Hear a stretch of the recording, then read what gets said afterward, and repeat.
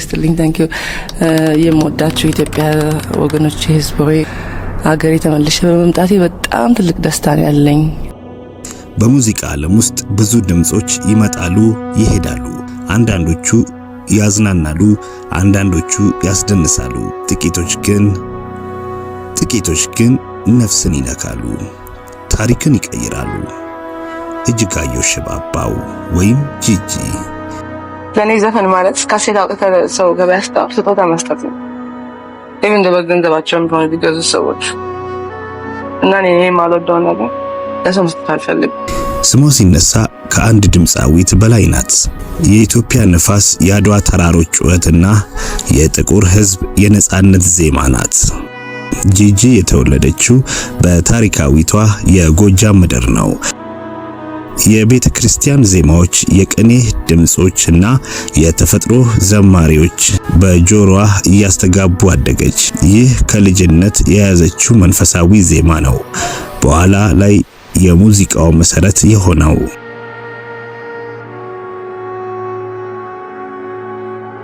ወደ አሜሪካ ስትሻገር ግን ያንን የሀገር ውስጥ ዜማ ከዓለም አቀፍ ጃዝ እና ፋንክ ሙዚቃ ጋር አዋሃዳችው።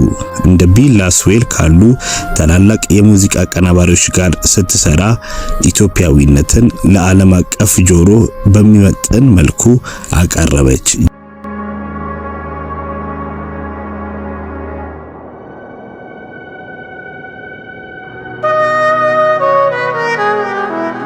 ዓመቱ 1999 ነው።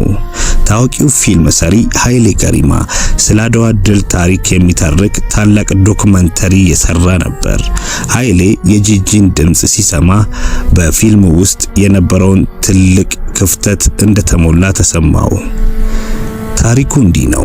ጂጂ በአንድ ሌሊት ስቱዲዮ ገባች። ከፊቷ ያለው የኃይሌ ገሪማ ምስል ነበር። የአድዋ ጀግኖች፣ የእምዬ ምኒልክና የጣይቱ ቆራጥነት በፊልሙ ውስጥ ሲመለከት ድምጿ ከቁጥጥር ውጪ ወጣ።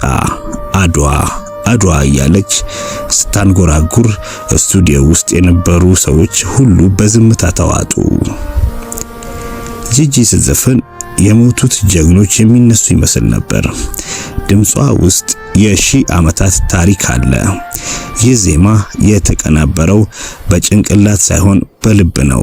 ጂጂ ያንን ዘፈን ስትዘፍን ስለ ጦርነቱ ብቻ ሳይሆን ስለ ኢትዮጵያዊነት ክብር፣ ስለ ጥቁር ሕዝብ ነጻነትና ስለ እናት ሀገር ፍቅር ትዘፍን ነበር።